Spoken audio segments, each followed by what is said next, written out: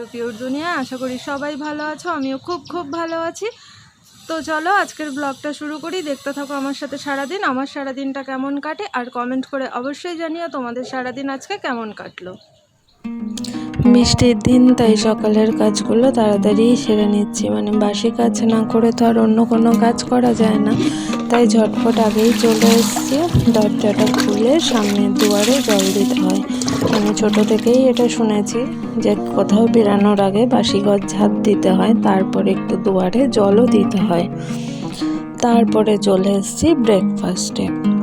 তো আজকে একজনের বায়না হয়েছে যে সে ভাত নিয়ে যাবে না বা রুটিও এমনি নেবে না, তাহলে কি করে দেওয়া যাবে। তারপরেই মাথায় এলো যে রুটিটাকে একটু অন্যভাবে করে দিই। তো আমি করে দিয়েছিলাম গোলা রুটি, সঙ্গে আরও অনেক কিছু দিয়ে দিয়েছিলাম, একটু ভাতও দিয়েছিলাম পরে। মানে যেহেতু ভাতটা খেতে চাইছিল না, তো তার সাথে কিছু একটা না দিলে তো মুখটা ভার হয়ে যাবে। তো অফিস যাবে মুখ ভার করে, সেটা কি করে দেখবো। তাই সকালবেলা তাড়াহুড়োর মধ্যে আর কি করে দেবো, তাই ঝটপট একটু আটার মধ্যে চিনি দিয়ে গুলে ঠুলে সেটাকেই ভেজে দিয়েছি। তার সঙ্গে আরও টিফিনে দিয়ে দিয়েছি মাছ ভাজা, ভাত আর বাঁধাকপির বড়া। তারপরে চলে এসেছি আমার স্পেশাল আজকের রেসিপি নিয়ে। এই রেসিপিটা কিন্তু সেই ঠাকুমার থেকে শেখা, মানে আমি শিখিনি, আমার শাশুড়ি মা শিখেছিলেন। কি না, কাঁচকলার ছোলা, যেটা আমরা ফেলে দিই, যেটা আমরা ফেলেই দিই, সবাই ফেলেই দেয়। মানে সবজি যারা খোসা নিতে আসে তাদের কাছে দিয়ে দেওয়া হয়। তো এটা থেকেও যে একটা রান্না করা যায় সেটা কিন্তু আমি এই বাড়িতে এসেই জেনেছিলাম।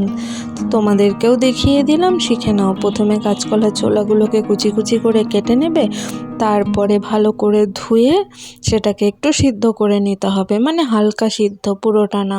তারপরে সেটাকে তেলের মধ্যে একটু কালো জিরা, বা কেউ যদি শুধু জিরা দিয়ে খেতে চাও সেটাও দিতে পারো, কাঁচকলা, পেঁয়াজ, কাঁচা লঙ্কা দিয়ে হলুদ নুন দিয়ে ভেজে নেবে। তারপরে একদম যখন ভাজাটা কমপ্লিট হয়ে যাবে তখন একটু উপর থেকে পোস্তটা ছড়িয়ে দেব। তো নতুন একটা রেসিপি দেখিয়ে দিলাম। এরপরে আমি চলে যাই ছাদে। দেখেছো বৃষ্টি কিন্তু অবিরাম পড়ে যাচ্ছে।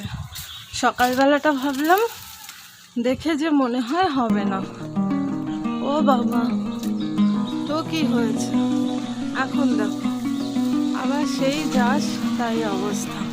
মানে এখন ধরেই নিতে হবে যে প্রতিদিনই এরকম চলবে,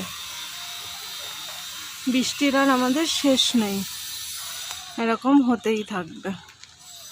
দেখো তুলে নিয়েছি, কত তুলবো, পুরো ফুল ভর্তি গাছে, দেখো দেখতে পাচ্ছ একদম ফুলে ভর্তি। আর এদিকে বৃষ্টিটা তো থামছে না, কি করব, তাই ঝটপট করে একটুখানি করে নিচ্ছি, কারণ সময়ও নেই। তাড়াতাড়ি করে আবার রান্নার দিকে চলে যেতে হবে, কারণ সবাই আবার টিফিন নিয়ে বেরাবে। এই ঝটপট করে যতগুলো পারছি তুলে নিচ্ছি। এই ফুল তুলতে আসাটাও একটা টাইমের ব্যাপার, হাতে সময় নিয়ে না আসলে এগুলো সব তুলে শেষ করা যায় না। তাই যতগুলো পারছি তুলে নিচ্ছি। দেখো আজকে আমার জবা গাছে কত সুন্দর ফুল ফুটেছে। আজকে কিন্তু একটা ফোটেনি, দুটো ফুটেছে। কিন্তু এই জবা গাছটার আবার একটা ব্যাপার আছে, কি বলতো, যেদিনই বৃহস্পতিবার আসে সেদিন আর এই গাছে ফুল ফোটে না, তো কেন জানি না, কি অসুবিধা বৃহস্পতিবার নিয়ে সেটা বুঝতে পারি না। বৃহস্পতিবার হলেই আর কিন্তু ফুল ফোটে না। এদিকে তো কমপ্লিট, দেখো পুরো ভর্তি হয়ে গেছে, কত ফুল তুলবো।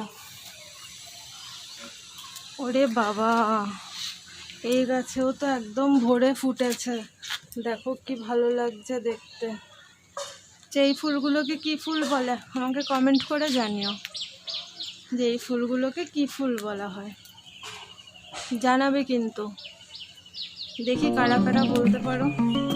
আর কার বাড়িতে এই ফুল গাছ আছে সেটাও আমাকে বলো। কত ফুল তুলবো এই বৃষ্টির মধ্যে। জামা কাপড় কাচাকাচি করে নিয়েছি। আর এই দেখো ভাই কালকে ওর পড়ার টেবিলে গুছিয়েছে, পরিষ্কার করেছে।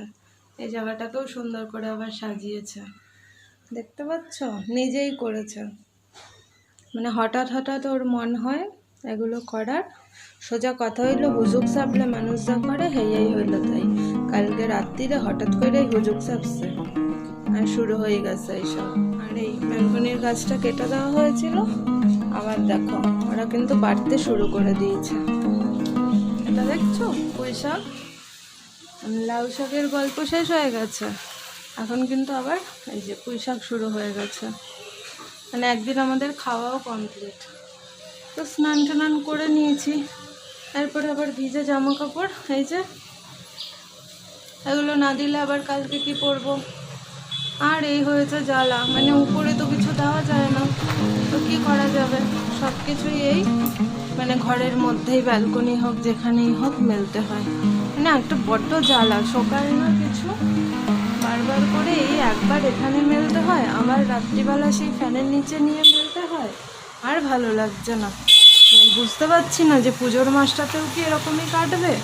মানে মানুষ যে পুজোর আগে একটু শপিং করবে তারও কোনো ইস্যু নেই, মানে জ্বালাতনের শেষ নেই। মনে হচ্ছে কি একটু যে মানে সবাই মিলে বের হবে পুজোর শপিং করতে, সেটাও করতে পারছে না। এই বৃষ্টিতে এই ওয়েদারের মধ্যে কার ভাল লাগে বলো তো এরকম করতে?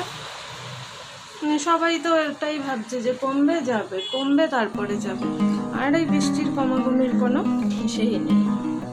চলো তাহলে এবার চলে যাই আমি পুজোর কাজে, পুজোটা দিয়ে তারপরে আবার এই রান্নার কাজ।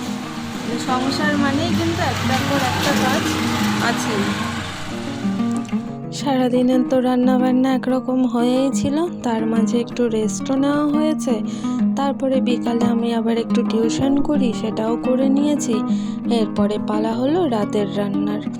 রাতে রান্না বান্নাটা করো, খাও দাও, ঘুমিয়ে পড়ো, আবার পরের দিনের কাজ শুরু। কিন্তু তাও রাতের রান্নাটা শেষ করতে পারলে মনে হয় যেন ব্যাস আজকের দিনটা তো শেষ হলো, আবার কালকেরটা দেখা যাবে, মনে হয় একটু শান্তি পাওয়া যায়। আজকে ডিনারের ডিমের ভুজিয়াটা কিন্তু করেছিল ভাই। চলো তাহলে আজকে এই পর্যন্তই, টাটা, গুড নাইট, শুভরাত্রি, সবাই খুব খুব ভালো থেকো।